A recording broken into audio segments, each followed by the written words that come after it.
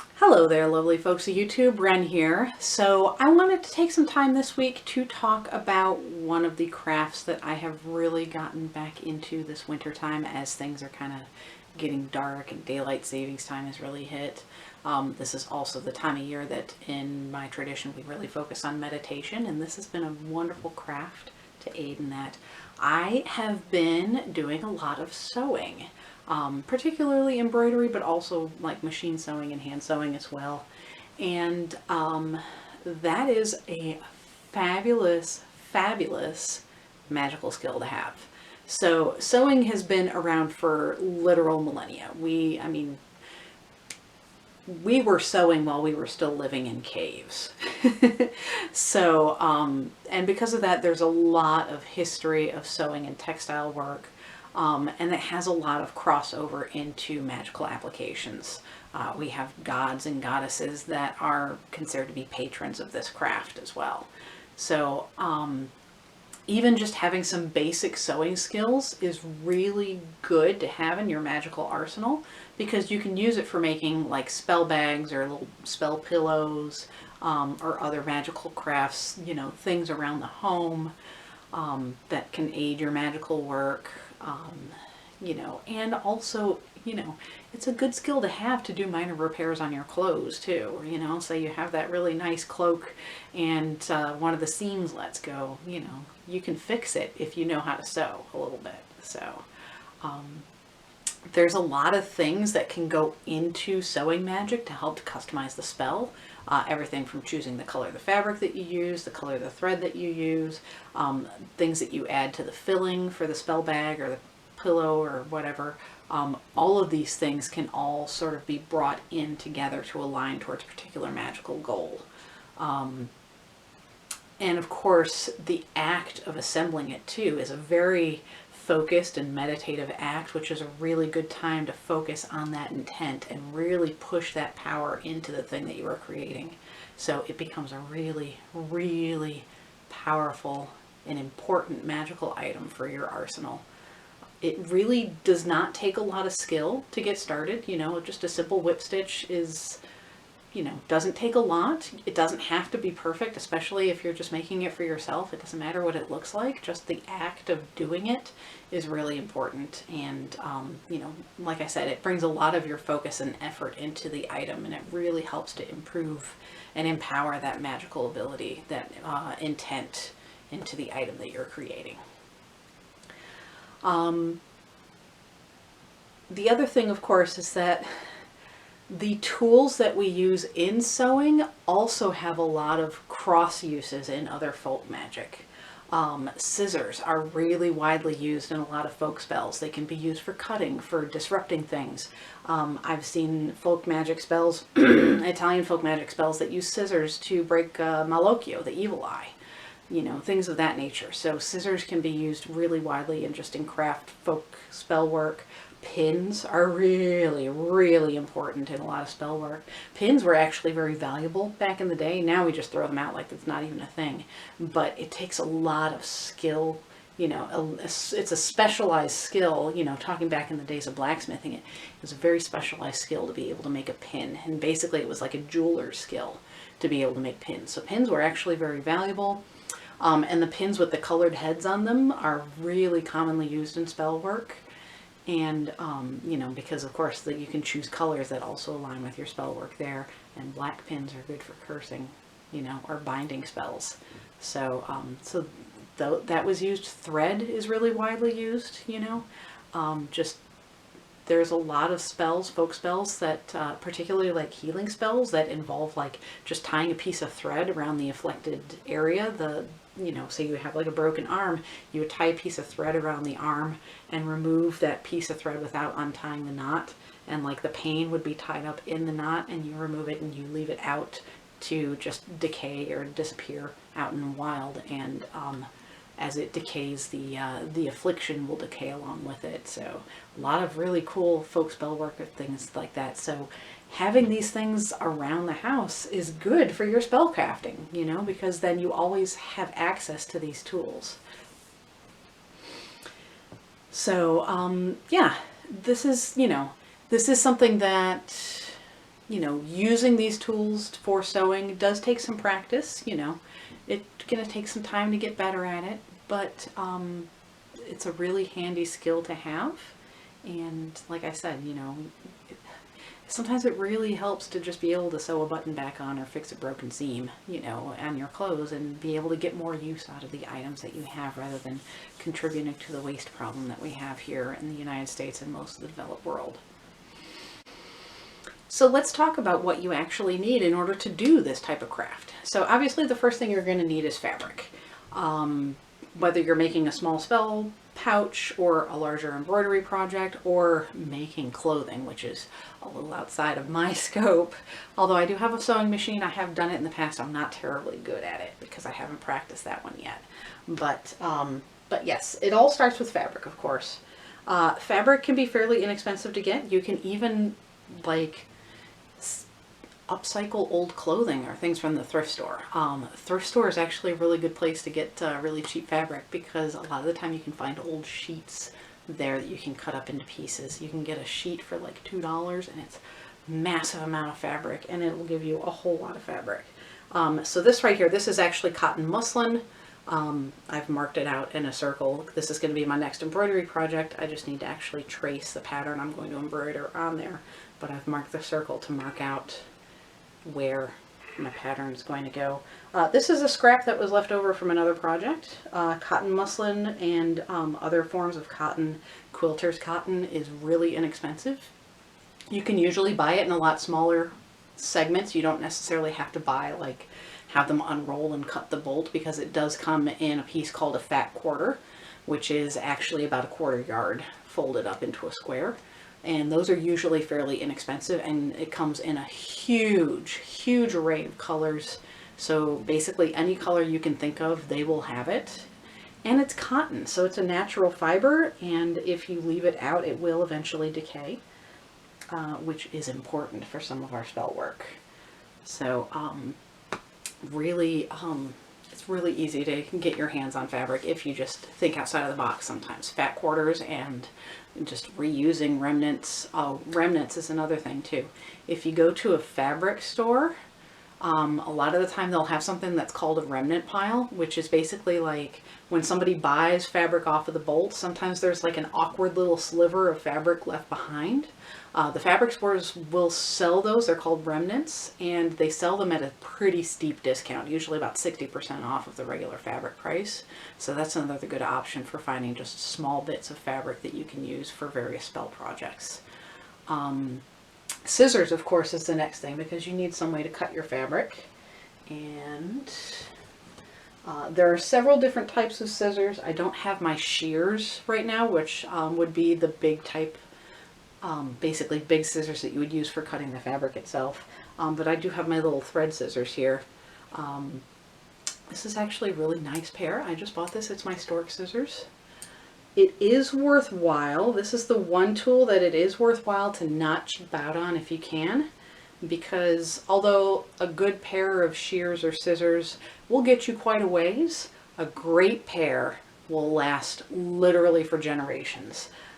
This is a new pair because I did not have any thread scissors, but my shears that I have are stainless steel shears that belong to my grandmother. And the advantage of these old style, you know, the really high quality 100% stainless steel shears is that they can be sharpened. So you don't, you know, a lot of the scissors, the cheaper scissors, like once they go dull, it's just kind of like, oh, I paid $3 for them, I throw them away. But the old style, you know, really high quality shears and scissors can be resharpened, and there's, it's not easy to find a scissor sharpener, but there's plenty of them out there, and they can be found. It's actually a specialized skill that a lot of people will still do. There's a guy at my farmer's market that will sharpen shears. He has a rotation that he goes through. He's usually at our farmer's market about every 2 months. So,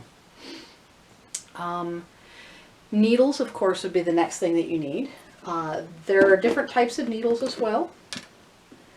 Now, if you're doing just regular sewing, sorry, I'm opening my box here where I have my stuff. If you're doing just regular sewing, what you'll get is a sewing needle. I have one here in my collection.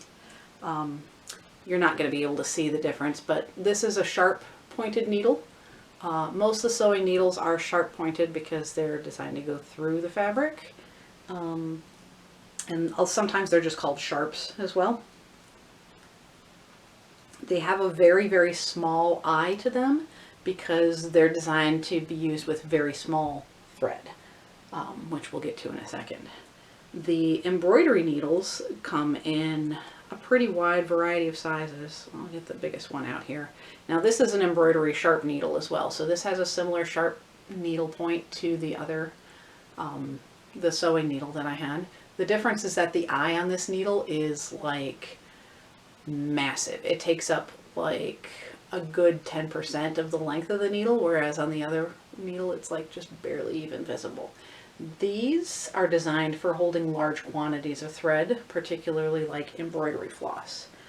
They do sometimes come in a blunt tip as well, and those are the ones that are designed for things like cross stitch that are used on the a type of fabric called Ida fabric, which is a fabric that's very loosely woven, and you want your needle to go through the holes rather than going through the actual weft of the fabric, and that's why it has a blunt tip, is to make sure that it goes through the holes of the fabric.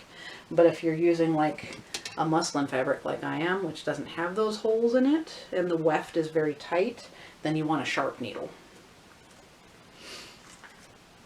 The thread itself, so sorry, I forgot to, my sewing chest is right off the screen here. So now, if you are doing actual sewing thread comes on a little bobbin like this. And it always comes on these little bobbins because this is designed so that if you had a sewing machine, you could load this onto your sewing machine to use it that way. So you can see it's a very fine textured thread. You may not even be able to see that on the camera.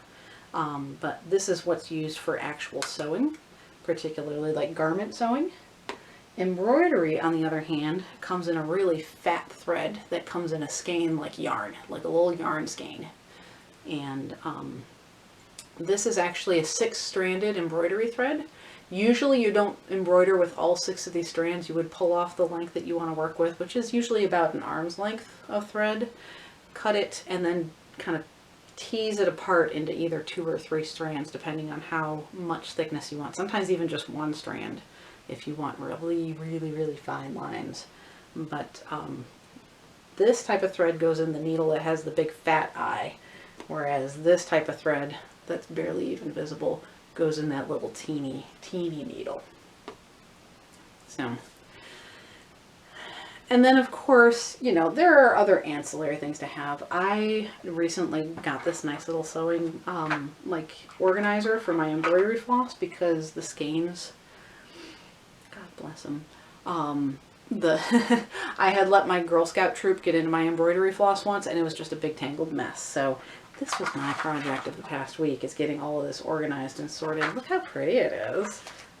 So having some way to organize your stuff, like I said, I also have a sewing chest, which is a big box over there, is helpful.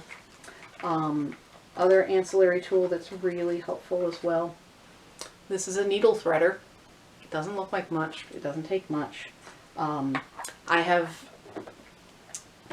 have found as I get older that sometimes I need the needle threader a little bit more than I used to when I was young, and that's just the thing I have to live with. And then finally, of course, if you're going to be doing actual embroidery, you do want an embroidery hoop. What this does, of course, is it has 2 parts, the outer and the inner. The outer has a hinge on it that kind of closes with the screw. The inner is a solid ring. And when you put your fabric on it, it basically will hold the fabric taut. I got it a little pinched, but that's okay. I'm not actually going to use it in this way, but come here. Are you going to come out? Anyway, it holds the fabric taut so that you know that you're getting your embroidery in there nice and evenly. This comes in a wide variety of sizes. This one I think is a 6-inch. I also have a 10-inch. Most of them these days are made of bamboo, which is fine. They're not as sturdy as they used to be, but they hold together. This one, again, they don't make them like they used to. This one was also my grandmother's as well.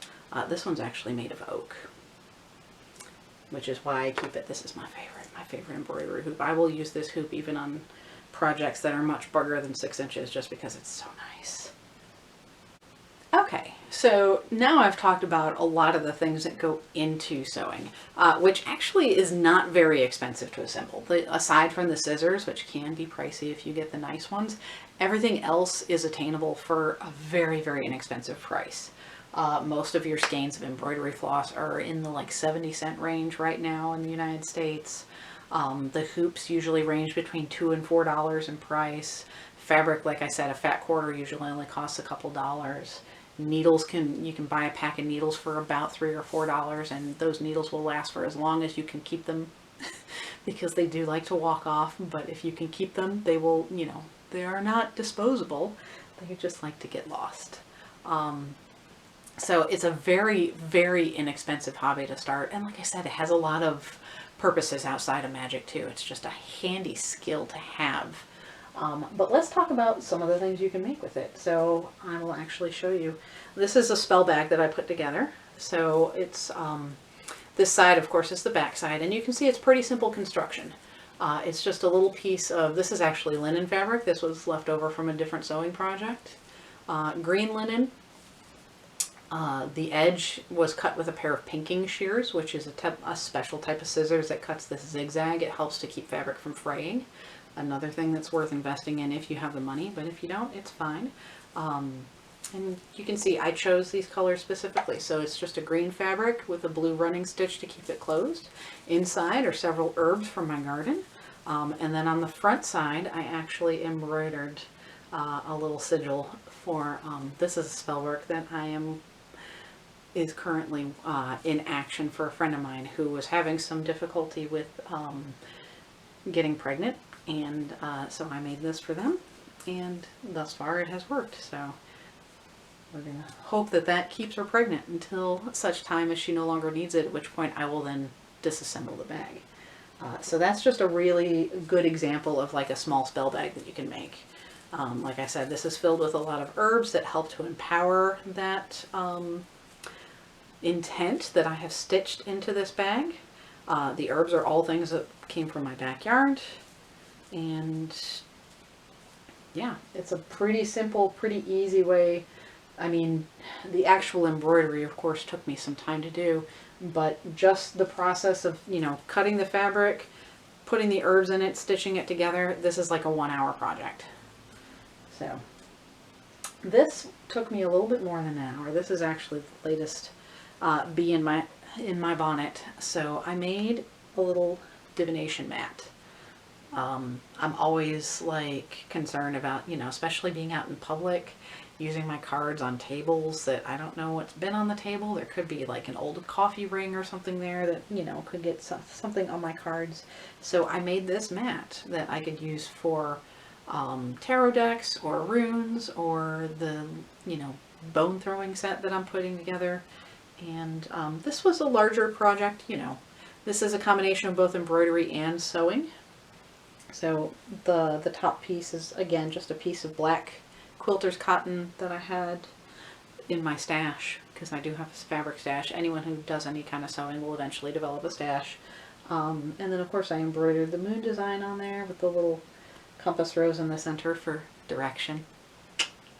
And then finally, you know, it has 3 layers to it. So there's the top layer, of course, is cotton. The bottom layer is black linen, and in between is actually a layer of felt. So this is actually really thick and heavy and cushioned for kind of if you wanted to throw things, you know, onto it.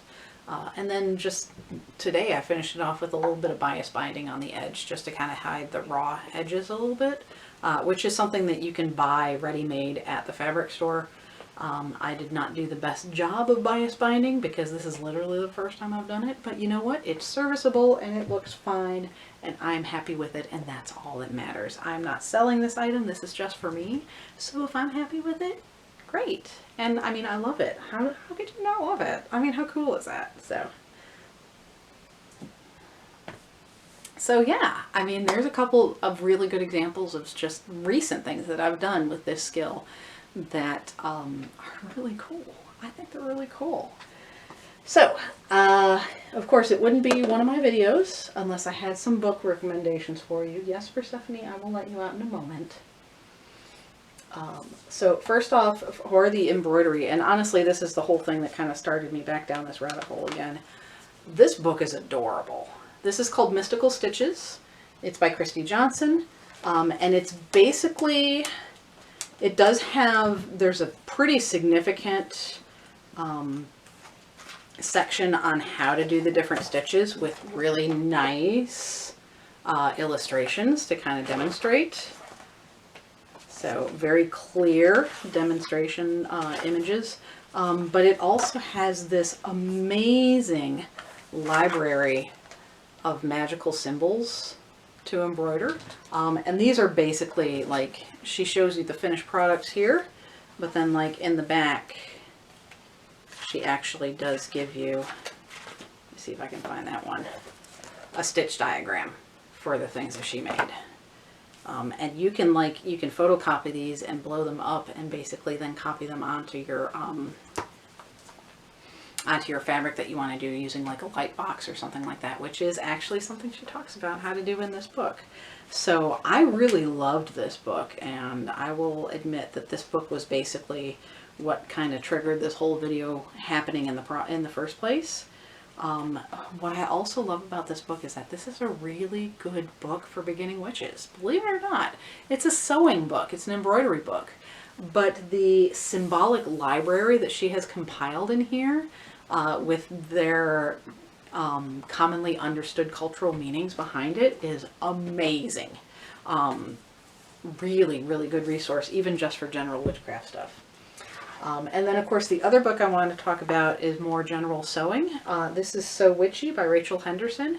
This is a fabulous book because this goes a lot more into the history of, of sewing, and as well as giving the techniques and like the symbolic meanings of different fabrics and correspondences with, different shapes, the elements of, the tools in your sewing kit. And then it has a whole variety of different sewing projects in here, which are usually organized by what they're good for. So things to wear, things for your home, and